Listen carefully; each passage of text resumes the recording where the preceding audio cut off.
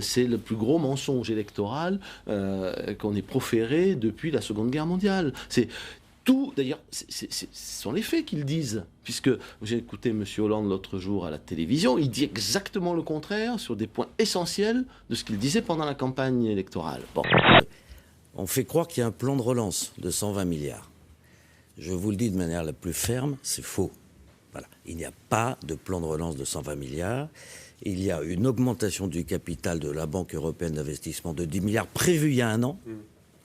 Le reste, ça n'existe pas. Mais on va payer fortement la note. C'est-à-dire qu'on va être dans une récession épouvantable. Vous faites le prophète, Olivier. Mais non, on l'a fait. Mais attendez, ce que je vous ai dit est arrivé en Grèce. Non, pas arrivé. Non, elle n'est pas sortie de la zone euro. Je suis désolé, Olivier.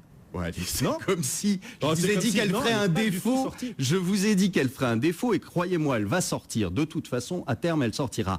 Mais elle a fait un défaut de paiement. Elle n'a jamais réglé ses dettes. On l'a dit depuis le début.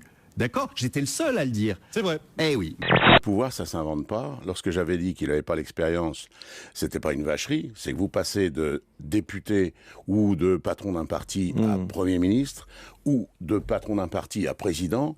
C'est déjà difficile. Mais quand ce sont les deux, c'est-à-dire que le tandem n'avait jamais été ministre, et que vous avez en plus dans votre gouvernement les Verts, enfin un tas de trucs, c'est un exercice difficile.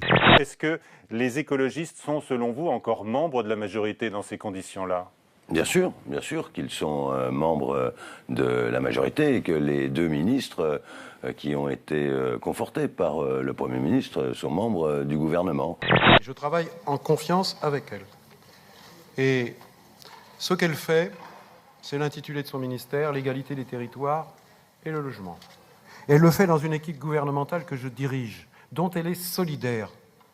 Est-ce que je vais lui demander de ne plus être membre du Parti écologiste et des Verts, de devenir socialiste? Non.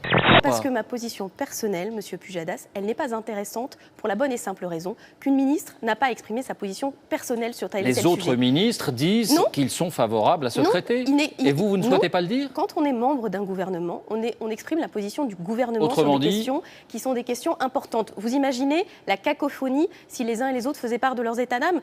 Dans la série « Moi, ministre, je ne pense plus, j'ai plus de conviction » parce que tout simplement, je suis à la soupe. Je trouve ça assez navrant. Je ne demande pas leur démission, je demande au président de la République de les renvoyer. Pourquoi? Parce que c'est un problème d'autorité. C'est-à-dire que c'est quand même assez impressionnant de voir un ministre accroché à son strapontin en disant « peu importe ce qui se passe, mais je veux rester ministre, je veux rester ministre ». Elle est dans cette position incompréhensible, ce qui pose un problème quand même d'autorité du Premier ministre. Ce que je vois là, le déferlement contre les Verts, l'appel à démission du ministre à la une du Monde, c'est du jamais vu. Le Monde n'a jamais appelé à la démission d'un ministre corrompu, par exemple. Par contre, Cécile Duflot, on se la paye. Phrase d'Eva Joly ce matin, peut-être l'avez-vous entendue sur RTL. C'était une belle phrase politique de l'année, elle va vous plaire. Ce n'est pas parce que Cécile Duflot est une muselière que les Verts sont en laisse. C'est joli. Ah, c'est très joli, oui. À la place de Cécile Duflot, j'aimerais pas trop, mais c'est joli. Leur parti s'appelle Europe Écologie Les Verts. Alors les Verts, ça fait longtemps qu'ils sont plus rouges que verts. Écologie, ils en parlent plus depuis des mois et des années. Europe, ben voilà, on a la réponse. Ils sont plus non plus européens. Ce nom devient vraiment une triple trahison. En 6 jours, 150 000 personnes ont signé cette pétition d'opposition au droit de vote pour les étrangers. Et ceci s'explique parce que nous ne sommes dupes de rien. Votre projet n'a rien de moral, il est politicien. Faire monter le communautarisme en pensant garder le pouvoir pour l'éternité.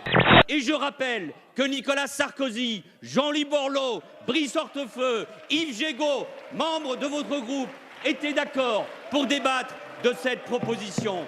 Et la seule chose que je vous demande, Monsieur Copé, en responsabilité, c'est de ne pas utiliser ce sujet pour que les Français soient jetés contre les immigrés. Vous n'avez rien à y gagner, la République n'a rien à y gagner, et nous avons besoin d'un débat apaisé. La villa, au fait, pour conclure. Laquelle? La villa de Saint-Tropez à 47 millions d'euros. Attendez, il y a deux réponses à ça. La première, c'est je vous emmerde. Ça, c'est la première. À qui vous dites ça? À moi? À tous ceux qui me posent cette question. Pourquoi? Parce que je vous demande rien, moi. Je vous demande pas où tu habites, si tu es propriétaire de ton vous pourriez. appartement. Mais je te le demande pas, tu vois, parce que moi, je suis pas curieux. Après 13 ans après la catastrophe de l'Erika, c'est un jour important, capital même pour les victimes de la marée noire. La justice française pourrait décider d'annuler toutes les condamnations, y compris celle de Total. La France n'est pas compétente. Pourquoi ? Parce que l'accident s'est produit dans la zone économique exclusive, c'est-à-dire pas dans la mer territoriale, et qu'en conséquence, ce serait l'État du pavillon, c'est-à-dire l'État auquel appartient le bateau, qui serait compétent. Si la Cour de cassation décidait ça, ça veut dire plus de procédure possible, Malte n'a pas de tribunal, c'est prescrit et ils n'ont jamais demandé à juger ce dossier. Il ne pourrait pas y avoir donc d'autres procès. Ah, c'est fini, c'est du déni de justice organisé. Après des années de combat, Corinne Lepage savoure. La justice a tranché. Total est bien responsable et coupable de la marée noire provoquée par le naufrage de l'Erika. C'est 13 ans de bataille de la part des collectivités locales que j'ai eu l'honneur de défendre, mais c'est aussi, je pense, un très grand jour pour tous les défenseurs de l'environnement, d'où l'émotion qui est la mienne aujourd'hui. C'est à mon avis une situation très originale pour le droit qui me permet de me poser la question de l'état du droit plutôt que de l'état de droit. Ce qu'a voulu dire la Cour de cassation, c'est qu'à partir du moment où une faute téméraire, c'est le mot qui est employé, la témérité, avait été commise, c'est-à-dire qu'en toute connaissance de cause, une société avait choisi un bateau poubelle, parce que c'était le cas de l'Erika, et que ce bateau se cassait, eh bien cette société avait été téméraire et elle était pénalement et civilement responsable.